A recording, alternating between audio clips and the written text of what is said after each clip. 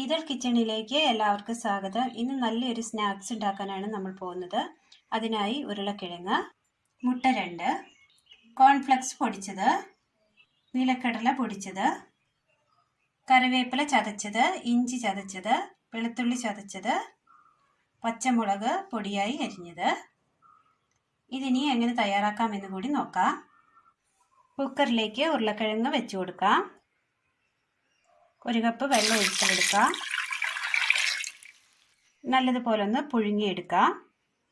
പുഴുങ്ങിയെടുത്ത ഉരുളക്കിഴങ്ങ് തൊലി കളഞ്ഞ് നല്ലതുപോലെ ഉടച്ചെടുത്തിട്ടുണ്ട്.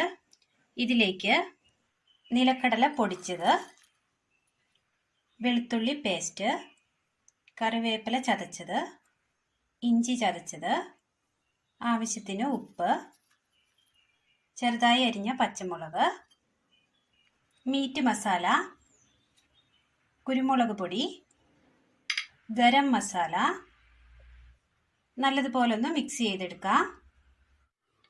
നല്ലതുപോലെ എല്ലാം ഒന്ന് മിക്സ് ചെയ്തെടുത്തിട്ടുണ്ട്. ചെറിയ ഉരുളകളാക്കി നീളത്തിൽ പരത്തിയെടുക്കാം. ഉരുളകൾ നല്ലതുപോലെ നീളത്തിലാക്കി എടുത്തിട്ടുണ്ട്. അടുപ്പത്തൊരു ചട്ടി വെച്ച് കൊടുത്ത് എണ്ണ ഒഴിച്ചു കൊടുക്കാം.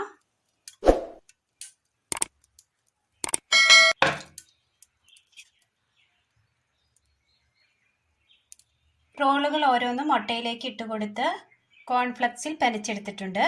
ഇത് വറുത്ത് കോരാം. ചൂടായ എണ്ണയിലേക്ക് വെച്ച് കൊടുക്കാം.